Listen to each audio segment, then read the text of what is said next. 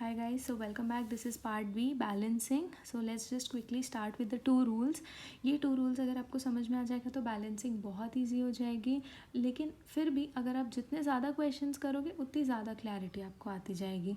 तो हम एग्जाम्पल्स के थ्रू समझते जाएंगे और ज़्यादा आपको टेंशन नहीं लेना है कि ये क्या मैम ने लिख दिया है, conservation of mass and everything. Normal है एकदम, बेसिक मीनिंग समझना है, हमें डिटेल में नहीं जाना है. तो यहाँ पे बेसिक मीनिंग यहाँ पे क्या है, law of conservation of mass जो फर्स्ट रूल है वो क्या है, LHS में एटम्स इक्वल्स टू RHS में एटम्स. तो इसका सिंपली मतलब ये है कि आपके पास कुछ भी हो, दोनों साइड में कंपाउंड्स एलिमेंट्स, दोनों साइड में नंबर इक्वल होना चाहिए. फिर से मैं बोल रही हूँ, एग्जाम्पल के साथ हम करेंगे तो कंफ्यूज नहीं होना है, अभी बस दिमाग में रखो ये चीज़. और दूसरा क्या है, कंसिडर इंडिविजुअली. हम जितने भी, जैसे अगर हमारे पास लिखा है PBO, ठीक है, तो हमें जब बैलेंस करना होता है तो हम इंडिविजुअली लेते हैं, PB को अलग लेते हैं और O को अलग लेते हैं, चाहे वो एक साथ ही क्यों ना लिखा हो. अगर आपके पास लिखा है NaNO3 तो आप सोडियम को अलग लोगे, नाइट्रोजन को अलग लोगे और ऑक्सीजन को अलग लोगे. ठीक है, अगर आपके पास लिखा है CaCl2 तो आप कैल्शियम को अलग लोगे और क्लोराइड को अलग लोगे मतलब दोनों को अलग अलग बैलेंस करना है. पूरा CaCl2 को आपको एक साथ नहीं कंसिडर करना है. पहली ये चीज़. और एक और चीज़ जो आपको ध्यान में रखना है वो ये है कि अगर आपके पास लिखा हुआ है 2NaCl, मतलब इसका सिंपल मतलब ये है कि ये जो 2 है वो Na के लिए भी है और ये जो 2 है वो Cl के लिए भी है.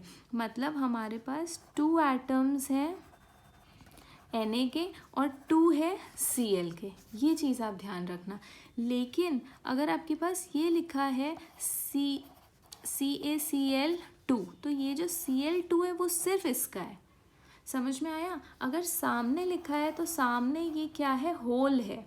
होल मतलब ये सबके लिए है, कंसिडर आप सबके लिए करोगे. ठीक है, अब एग्जाम्पल्स के थ्रू हम समझते हैं जो कि आपको बहुत आसानी से समझ में आएगा.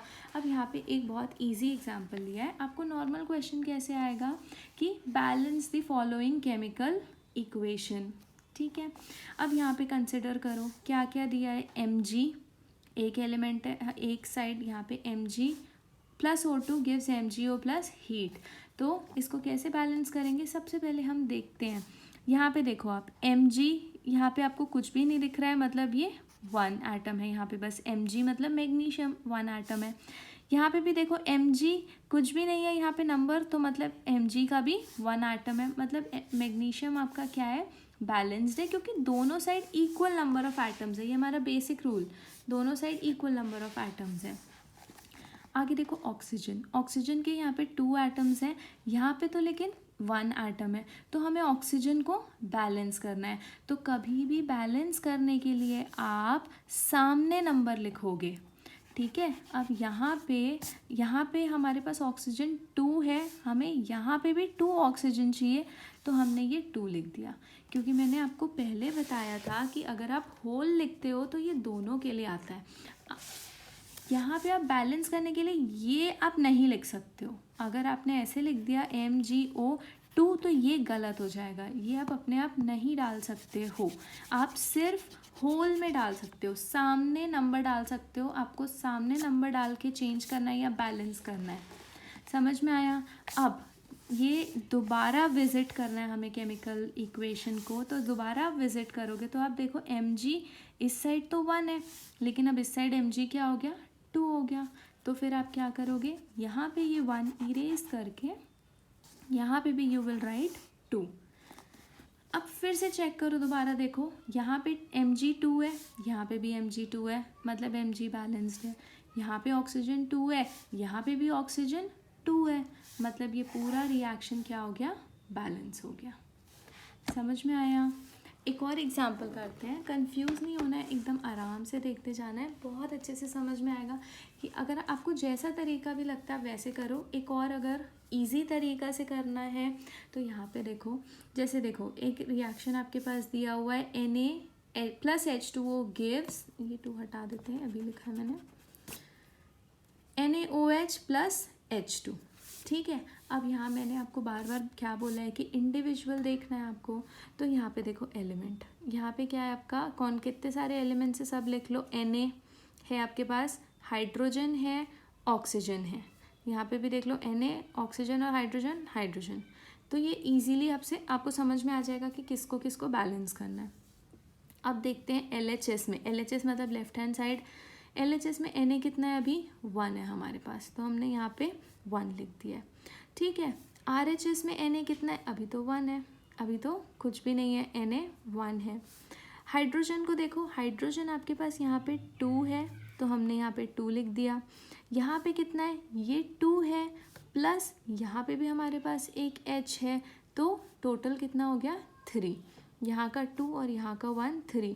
तो यहाँ पे देखो ये बैलेंस नहीं है, हमारे पास सोडियम तो बैलेंस था लेकिन हाइड्रोजन बैलेंस नहीं है। तो हमें क्या करना है, हाइड्रोजन को बैलेंस करना है। तो हम कैसे बैलेंस कर सकते हैं, एकदम हिट एंड ट्रायल, कोई कन्फ्यूजन नहीं है, आराम से करते हैं। अब यहाँ पे देखो, मान लो हम यहाँ पे 2 लिख देते हैं, तो यहाँ पे हाइड्रोजन कितना हो गया हमारे पास, 4 हो गया। ठीक है, यहाँ पे तो कितना है हमारे पास, अभी तो हमारे पास 3 है, लेकिन अगर आप यहाँ लिख दोगे तो 2 हाइड्रोजन प्लस 2 हाइड्रोजन कितना हो गया, 4। तो आपका हाइड्रोजन क्या हो गया, बैलेंस हो गया। ठीक है, लेकिन फिर मैंने आपको बताया जब भी आप नंबर्स लिखते हो तो दोबारा रिएक्शन को देखा करो। क्यों, क्योंकि अब यहाँ पे देखो क्या हुआ, आपने यहाँ पे 2 लिखा, हाइड्रोजन तो 2 हो गया, लेकिन हमारे पास सोडियम भी 2 हो गया। अब यहाँ पे देखो सोडियम जो हमने, यहाँ पे तो 1 है, यहाँ पे क्या हो गया, 2, तो यहाँ पे लिख दो 2। और ये तो इजी है, यहाँ पे बैलेंस करना है इसको, तो यहाँ पे भी लिख दो 2, तो ये क्या हो गया, 2। ठीक है, अब वापस से देखो पूरे इक्वेशन को, हमने सोडियम बैलेंस कर दिया, हाइड्रोजन कर दिया, सोडियम 2 है, यहाँ पे भी 2 है, हाइड्रोजन 2 2 ज़ा 4, ये होल नंबर और ये मल्टीप्लाई करके आप टोटल काउंट करते हो, तो 2 2 ज़ा 4 हो गया यहाँ पे। और यहाँ पे आप हाइड्रोजन देखो, ये 2 है और ये 2 है, तो 2 + 2 कितना हो गया, 4। अब लास्ट ऑक्सीजन देखो, ऑक्सीजन यहाँ पे अभी तो हमारे पास कितना है, 2 है ऑक्सीजन, और यहाँ पे देखो ये 2 सबके साथ है, 2 सोडियम के साथ भी है, ऑक्सीजन के साथ भी है, हाइड्रोजन के साथ भी है, तो यहाँ पे भी ये 2 हो गया।